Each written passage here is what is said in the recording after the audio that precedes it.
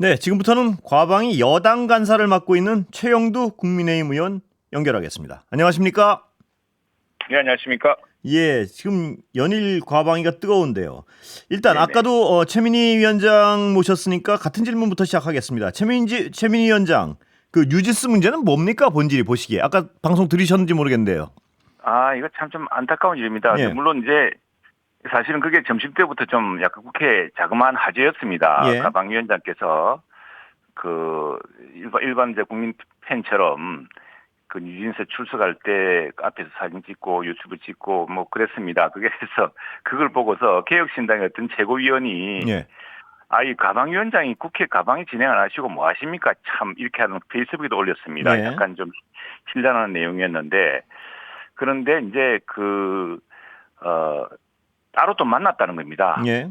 그 한이를요. 예. 그래 한이가 이제 국회에 온 이유가 말하자면 갑질에 대한 예. 갑질을 당했다는 데 대한 건데 사실 뭐 한이를 만나보고 싶은 사람이 한둘이겠습니까? 예. 근데 그런 분을 그러니까 혼자서 따로 만날 수 있다는 것은 사실 어떻게 보면 대단한 특혜죠. 그건 국회의원이고 또 국회의 상임위원장의 예. 특별한 지위 때문에 가능한 일인데 이제 그 점을 우리 박정훈 의원이 잠깐 질의하려고 했습니다. 예. 본인 질의 순서에.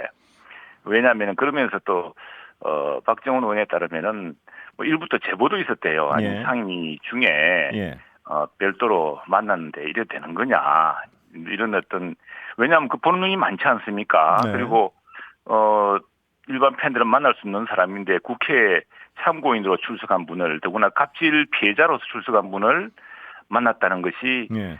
온당치 않다라는 아마 그런 제보 전화했던 모양입니다. 예. 그래서 그걸 이제 자기 질의 순서에 물어보려고 그랬는데 갑자기 이제 이게 큰 뭐 소란으로 번졌습니다. 예. 무슨 야당 측에서는 야당 의원들은 아니 뭐 회의 방해냐 그러고 예. 그 이제 최민희 위원장도 좀 답답했겠죠. 내가 상임위원회 기획 시간 중에 만난 게 아닌데 왜 그걸 여당 의원이 문제 삼느냐는 아까 뭐 그런 말씀을 했습니다. 심정이었을 텐데 예. 그런데 그런 문제에 대해서 그게 내가 만나지 않았다든가 뭐 이런 이야기를 떠나서서 예. 아니 그걸 왜 간섭을 하느냐는 식으로 이제 답변을 하면서 좀 격앙된 목소리가 오갔습니다. 예. 그래서 저는 이제 그걸 저도 그 뭐 뉴스도 검색해 보았고 예. 또 그게 뭐 여러 군데서 그 화제의 영상, 화제의 사진처럼 아니 소녀팬처럼 이렇게 가방위원장께서 그 문가에 앉아서 찍고 하는 모습이 상당히 이채로워서 그게 좀 화제였는데 예. 그런데 그게 올라간 시간이 되게 1시 57분이었기 때문에 예. 뉴스가 벌써 그때부터 보도되기 시작했고 예. 또 개혁신당 최고위원 페이스북에 게재된 시간이 1시 57분이기 때문에 예. 아마도 그때 현관에서도 만난 게 아니겠느냐라는 생각해서 예. 위원장께서 보니까 이게 상임위원 시간이 아니라 그 전에 만나신 거죠. 이렇게 해서 본인 해명하게 하고 그다음에 박정훈 의원도 일단 그걸 확인했으니까 예. 박정훈 의원 질의순서 질의하시라. 예. 뭐 그리고 나머지 문제 얘기는 뭔지 한번 이야기해 보시라. 뭐 이렇게 해서 한 1분 정도 의사진행 발언을 달라 그랬는데 이 보통 상임위원장과 간사 사이는 아무리 여야 사이가 나빠도 또 야당 간사는 무슨 협상을 하고 대화를 해야 됩니다. 최의원님 이 주제가 너무 긴 것 같아서 그런데 좀 짧게 이 주제를 너무 길게 말씀하시는 건 좀 그래서 요지는 이겁니다. 예. 근데 아무튼 양쪽이 너무 기강되었고 특히 예. 그럼 우리 당에서 뭐 이렇게 소란을 치웠다는 게 아니고 숫자가 야당이 훨씬 많기 때문에 야당에서 회의 진행 방해하냐고 막 퇴장시키라고 이제 좀 난리가 났습니다. 예. 그러니까 저도 여당 간사로서 좀 이렇게 하지 말자고 했는데 이제 그 질의 순서였는데 발언권을 박탈했습니다. 예. 요거는 이제 여당 간사로서는 좀 묵과하기 힘들었고 예. 연필칭 언론 탄압을 늘 예. 이야기하시면서 국회의원이 국정감사 질의 순서까지 박탈하시면 예. 어떡합니까? 이거는 민주적인 정당성이 없는 것이다. 예. 이렇게 이제 항의를 했는데 받아들이지 않아서 예. 뭐 저희들은 부득이 이렇게 해서 우리 여당 의원들의 또 분노를 제가 이 참 제어하기도 어렵고 예. 또 그걸 그렇다고 상임위원장께서 아무 너무 길게 말씀하셔가지고요. 아니 이게 중요한 문제입니다. 저희들이 한 이유는 뉴스지만 발언권을 박탈한 문제는 지나쳤다. 예. 그게 항의 표시로 퇴장했는데 국정감사에서 우리가 제대로 국정감사를 못하게 돼서 저희들도 참 아쉽고 안타깝습니다. 예, 최 의원님 너무 길게 말씀하셔서 제가 그 최민희 왜냐하면 의원 이야기를 주로 좀 하고 싶었습니다. 예, 최민희 의원 그 주장 한 예. 말씀은 여쭤보지 않을 수 없습니다. 왜냐하면 너무 길게 그래요. 설명하셔가지고요. 네네. 최민희 의원이 그 과방권을 주지 않은 이유는 과방이 진행을 안 하고 흡사 만났다는 듯이 팩트가 아닌 걸 주장하고 소리를 질러가지고 그랬던 것이지 발언권을 주지 않은 것이 그렇게 뭐 주장 일종의 쟁점을 자기 유리하게 해석하는 것인데 그건 그렇지 않고 저 전체를 다 보면 그렇습니다. 그렇지 않고 저희들은 자기 질의 시간에 잠깐 뭐 이렇게 이야기를 한 건데 그걸 난 오히려 상임위원장께서 아니 뭐 잘못 짚으신 것 같은데 저는 안 만났습니다 했으면 오히려 쿨하게 그 상당히 무식하게 할 수 있는 그런 장면이었는데 그걸 가지고 너 마침 잘 걸렸다는 식으로 이렇게 민주당 의원들이 한꺼번에 대응한 거 아닌가 싶습니다. 안타깝습니다. 다른 질문 넘어가도 되겠죠 이제? 네네 넘어가시죠. 충분히 말씀하셨죠 그 사안은. 제가 죽을 지경입니다. 극한 직업입니다. 여당 의원님들한테 무슨 좀 약간 말씀을 듣고 나오신 것 같습니다. 세게. 아니 여당 의원들이 간사가 너무 약하다구나. 간사 이럴 때 항의도 하고 말해야지 무슨. 왜 그렇게 길게 말씀하셨는지는 제가 이해하겠습니다. 수가 작다는 건 생각하지 않고 간사 힘이 작다고 생각합니다. 자 YTN 민영화, TBS 문제, 윤석열 정부의 방송 장악이다. 이게 야당의 어떤 단일한 분명한 입장인데 어떻게 보십니까? 그건 뭐 우리 과방에서 다룰 주제가 아닙니다. 왜냐하면 둘 다 민영 방송이 하나는 또 서울시가 운영하던 독립적인 법인 방송이었는데 그 서울시가 판단한 문제였습니다. 첫 번째 YTN을 우리가 이제 한국의 CNN이라고 이제 표방하고 나섰고 또 우리도 그렇게 인식하고 있지 않습니까? 그래서 어제 우리 공기업 한때 YTN 지분을 갖고 있었던 공기업 사장에게 CNN은 어떤 미국 공기업이 갖고 있습니까? 물었습니다. 그러니까 당황할 수밖에 없죠. 왜냐하면 미국 CNN은 개인 기업이 갖고 있는 것이니까요.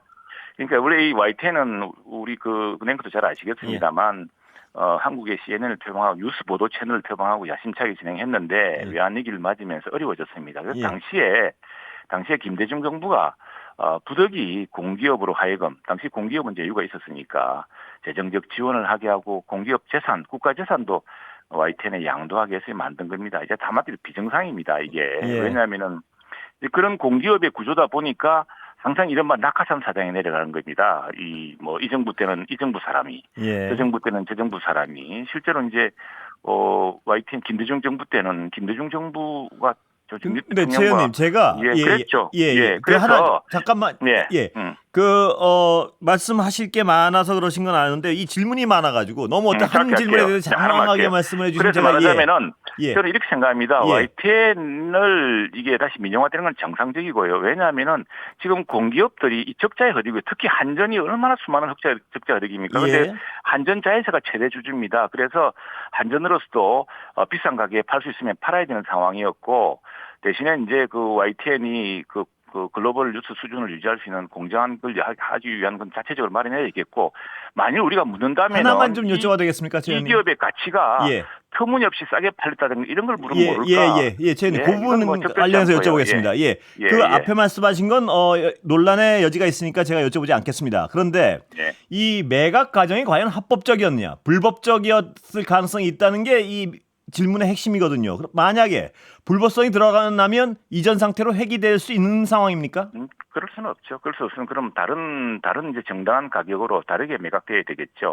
만일 그 인수자가 특별한 아주 저가에 받았느냐 이런 게 논점이 된다면은 그건 진짜 따져보면 문제지만 그것도 정부의 매각 방침에 따라서 공기업 자회사들을 특히나 적자가 막대한 공기업의 계열사들이 마침 적당한 가격에 팔 수 있게 됐을 때 자산을 정리해서 YTN이 어려울 때 YTN을 도와줬지만 이제는 공기업 자체가 어렵지 않습니까? 그래서 그런 과정인데 그게 정당한 가격이냐를 물어봤다면 아마 그 평가하는 회사들이라든가 이런 회사를 통해서 물어보는 게 제 질문은 과정에 있어서의 불법성이 인정된다면 그거는 원래 상태로 돌아가야 불법성이 없다는 거 아닙니까? 인정된다면요. 이건 아직 재판 중에 있으니까 제가 여쭤보는 핵심은 그겁니다. 만약에 인정된다면 사법부가 그렇게 판단한다면 원래 위치로 원래 위치로 돌아갈 수가 없죠. 그 경우는 그래도요. 그 지분을 그 인수 가격에 다시 건강한 정당한 절차로 매각하는 절차를 거쳐야지. 지금 우리가 사회주의 국가도 아니고 어떻게 방송사를 자꾸 공기업이나 국가가 소유합니까? 그건 정당하게 CNN처럼 CNN이라든가 폭스라든가 또 이런 회사들 보면은 다 저마다 그 자기들 그 민간이 운영하지만 뉴스의 경쟁과 뉴스의 질로 경쟁하지 않습니까? 예. 그렇게 가야죠. 예, 최 의원님 다음 질문 좀 넘어가겠습니다. 예. TBS는 또 너무 많은 사람을 김어준이 챙겨가지고 예. 김어준 돈 돌려줘야 되는 그런 상황 아닙니까? 예, 다른 질문 좀 드리겠습니다. 예, 네, 질문이 좀 많아서요. 헌법재판소요, 재판관. 네네. 지금 여당목, 야당목 먼저 임명하자. 아까 최민희 위원장 말씀은 그거였는데 그렇게 안 되는 겁니까? 예, 이거 이렇게 하면 좋겠다. 원래 예. 3인이 국회 추천은 여당 한 분, 야당 한 분, 예, 그렇습니다. 여야 공동으로 한 분입니다. 그래서 내 생각에는 여당 각자 하고 야당 각자 하고 예. 뭐 그걸 아직 아마 협상 중에 있는 걸로 알고 있습니다. 예. 그러면 아무래도 지금 다수당이 세니까 다수당이 이 인물을 배치하면 그 인물이 안 되기 때문에 예. 자연히 합의하다 보면은 야당이 수용하거나 또 야당이 적극적으로 주장하는데 여당이 수용할 수 있는 인물로 그래서 예. 여야 합의로 될 가능성이 있다고 봅니다. 합의 가능성이 있다고 보시는군요. 예. 그렇게 해야 되고요. 그리고 예. 근데 그걸 너는 전혀 입대지 말고 예. 그건 두 명 다 할게 하는 것은 예. 이게 지금은 다수당이지만 나중에 뒤바뀌면 또 어떻게 하려고 그럽니까? 예. 그러니까 전통과 원칙을 채워 나가야 되고요. 예. 그리고요. 그리고 예. 나서 지금 이제 이진숙 위원장이 낸 받아들여지지 않습니까? 예. 6인 재판관으로도 예, 그렇습니다. 이제 심판을 지속할 수 있게 되었죠. 매우 다양한 심의를 지속할 수 있게 됐다. 예. 그렇습니다. 예. 심의 지속하게 됐고, 근데 이게 이례적입니다. 왜냐하면 헌법재판소 법에 따르면 규정에 따르면은 7인의 재판관으로 이게 심의를 할 수 있게 되었는데, 6인으로도 가능하게 되었다는 이제 헌법재판소 결정이 내려졌고요. 예. 그럴 경우에 이 법리를 제가 그래서 이 방통위원회가 완전히 마비 상태거든요. 예. 지금 그럴 경우에 인앱 결제에 대한 이것도 집행을 못 하고 있고, 인앱 결제로 인해서 우리 개발자들, 우리 혁신 생태계가 상당한 피해를 보고 있습니다. 예. 또 그것도 또 하나는 이제 12월 달에 이제 방송사 제어가를 해야 되는데 이게 이제 몽땅 못하게 되면 무면허 방송이 되는 문제가 생깁니다. 빨리 해야 되는데 어쨌거나 그 길이 열렸고 연말까지는 빨리 되길 바라는데 이번에 그 결정문을 좀 적극적으로 해석하자면은 6인 재판관이 만일 뜻이 똑같다. 6명이 모두 다 기각이다. 6명이 모두 다 인용이다 되면은 6명 자체로도 할 수 있는 길을 서서 그러니까 그 부분이 어떤 이론이 있는 것 같은데요. 뭐냐면 시민은 할 수 있지만 결론은 못 내린다. 이렇게 해석을 하는 분들이 있고. 최 의원님은 가능하다고 보시는군요. 결론도. 어제 그 법관 출신인 우리 김태규 방통위관한 직대가 그 물어봤더니 지금 이게 원래 7인인 것을 6인으로도 심의할 수 있도록 한 것은 헌법재판소 사실 그러면은 헌법재판소의 결정의 그 표결수를 보면은요 원래 6인 이상이면 그게 인용이 됩니다. 인용이든 기각이든 되고요. 또 6대 3이 중요한 근거였거든요. 6명이 굉장히 중심입니다. 6명이 어떤 동일한 결정을 내면은 사실은 세 분이 없어도 결정을 내릴 수 있는 근거에 도달하기 때문에 논란의 여지가 되니까 법적 해석은 다음에 어떤 전문가들에게 다시 여쭤보겠습니다. 그것보다 우선에 국회가 빨리 11월 내에 그걸 해야죠. 가을 내에 빨리 헌법재판관을 뽑아야죠. 지금 거기에 방통위원장 탄핵만 걸리지 않지 않습니까? 많은 사안이 걸려 있습니다. 자, 다른 질문 좀 드리겠습니다. 방심위 관련해서 좀 언론노조와 저희도 인터뷰를 했었는데요. 류림 방심위원장 민원사주 의혹건 어떻게 보십니까? 뭐냐면 그 공익제보자 측은 뭐라고 말씀을 하냐면요. 공익제보자는 압수수색하고 온갖 수사를 다 하면서 류림 위원장에 대해서는 경찰 조사가 제대로 진행되지 않고 있다. 왜냐하면 그 친인척들이 그 제안한 걸 다 알고 있는데도 이 주장에 대해서는 어떻게 보십니까? 그건 이제 말하자면 달을 가리키는데 달을 가리키는 손가락에 때가 끼었다. 이렇게 주장하는 거랑 똑같은 겁니다. 사실은 그건 서로 그게 그 유림 위원장의 친척이든 본인이든 하여튼 누구든 국민 누구든 그런 민원을 제기할 수가 있습니다. 그런데 그 수십 명에 되는 사람의 가계 족보를 샅샅이 파악해서 이게 유림의 친인척이다, 전 직장이다를 도대체 어떻게 파악합니까? 이게 법원 영장이 발부된 이유입니다. 우리 법원이 요즘 영장을 매우 까다롭게 하고 있지 않습니까? 의원님, 이게 따로 봐야 될 두 가지 부분이 있는데요. 뭐냐면 말씀하신 대로 제가 하나 여쭤보겠습니다. 제 이야기 그 이야기입니다. 그래서 법원이 만일 지금 제가 이야기 그겁니다. 누구든지 민원을 낼 수가 있습니다. 근데요, 제가 여쭤보는 게 바로 그거는 전혀 다른 사안입니다. 이게 그리고 이 사안이 제 말씀 잠깐만 들어주시면 제가 질문을 좀 드리고 싶은데요. 뭐냐면 누구든 민원을 낼 수 있죠. 그런데 본인의 아들, 동생, 조카, 처제, 동서 이런 분들이 집단으로 민원을 했고 이걸 발견하게 된 겁니다. 공익신고자들이. 그래서 그걸 발견하게 돼서 공익신고를 했으면요. 공익신고를 내가 했으면 물어볼게. 예. 고영커님. 예. 발견을 어떻게 했을까요? 이게 워낙 이름들이 그분들 주장을 제가 전달해드리겠습니다. 예. 아닙니다. 제가 이야기를 할게요. 충분히 많이 했으니까 이건 오히려 반론이 부족한 사안입니다. 예, 말씀하십시오. 예. 그리고 그게 지금 주장하는 바 몇십 명인지 모르겠어요. 10명인지 모르겠습니다만 그 말고도 수백 명에 가까운 사람이 제기를 했고요. 이미 유일임 위원장의 전에 이미 그것이 회부돼 있었습니다. 사안입니다. 그리고 그 민원 이른바 그게 어떤 거냐 그러면은 김만배 신앙립 그 허위 녹취록을 방송한 것이 공정한지를 심의해달라는 요청이고 그건 마땅히 심의를 해야죠.